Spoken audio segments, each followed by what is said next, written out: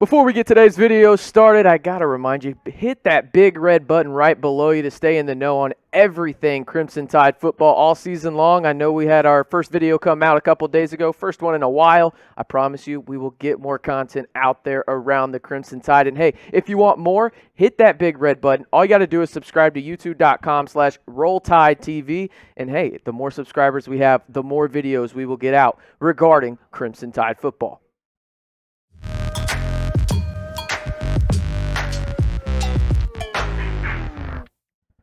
Hey, how's it going, everybody? Welcome into the Alabama Football Report here on Chat Sports. I am your host, RC Maxfield, and we are inching ever so close to Week 1 against the number 14 Miami Hurricanes down in Atlanta for your Alabama Crimson Tide. But hey, fall camp starting to slowly end, starting to make your way into regular season football right now. This is your place to do it.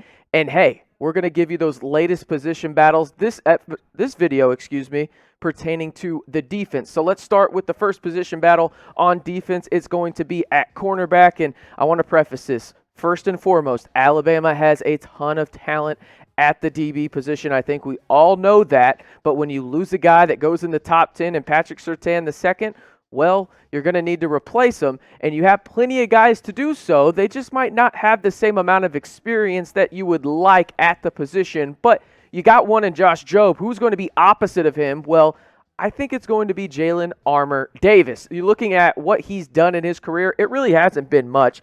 He's played sparingly, I would say, in his first 2 years, but he is the potential replacement for Patrick Surtain II, or PS2 as a lot of people like to call him, and he has the inside track to be the starting DB opposite of Josh Jobe, as I mentioned. Now, Josh Jobe is by far the most highly proven cornerback on the Alabama Crimson Tide roster right now. I love what he brings to the table on the opposite side of the field, and again, He was a second-team All-American in terms of, by the Sporting News, just one interception in his career so far.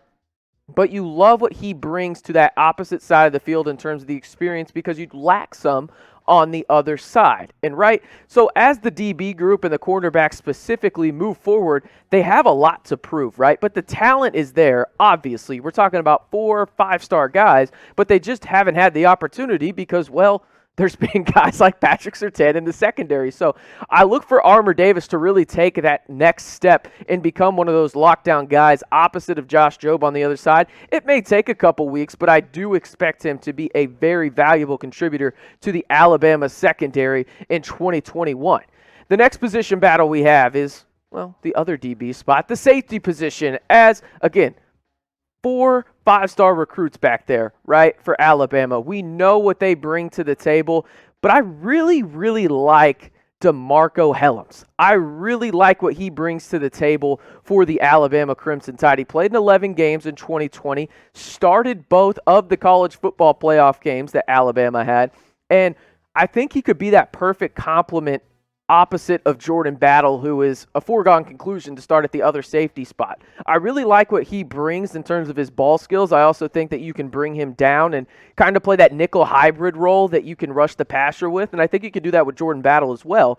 But I really like what Demarcco brings to that Alabama secondary in terms of versatility and his ball hawking ability in moving sideline to sidelines. But hey, vote in the comments below for me.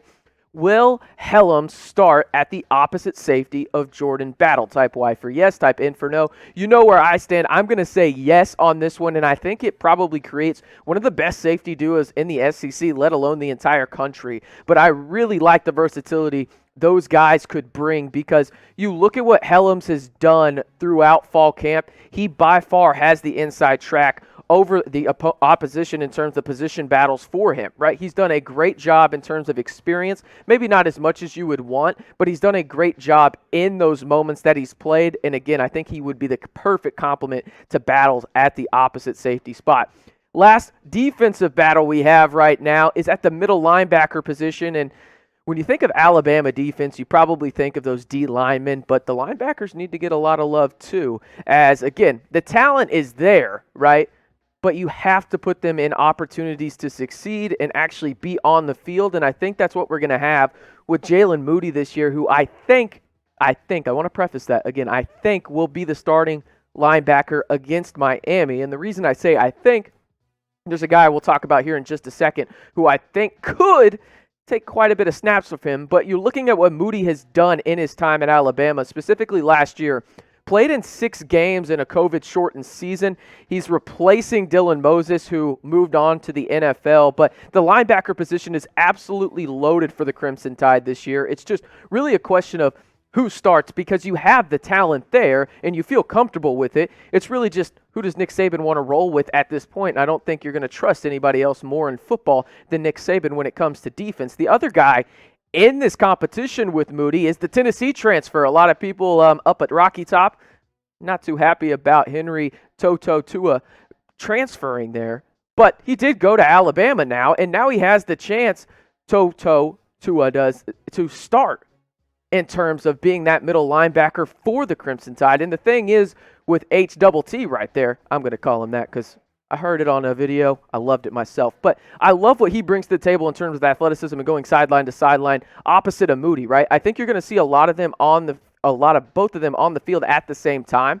And really what it comes down to is, do you want to have Henry in coverage or do you want to have Jayln in coverage? And I think both of them can play a lot in coverage, but also the great thing about both of them is they can both get to the passer at will when it comes to that opportunity of filling the A, B, or C gaps as well. But hey, who gets more tackles this season? Let me know down in the comments below. Type in for Moody, type T for Toho down there in the comments. I'm probably going to go with Moody. I really like what he brings to the table, but hey, you're not going to go wrong with those 4- and 5-star recruits, especially a transfer from Tennessee who was absolutely dominant in the SEC last year.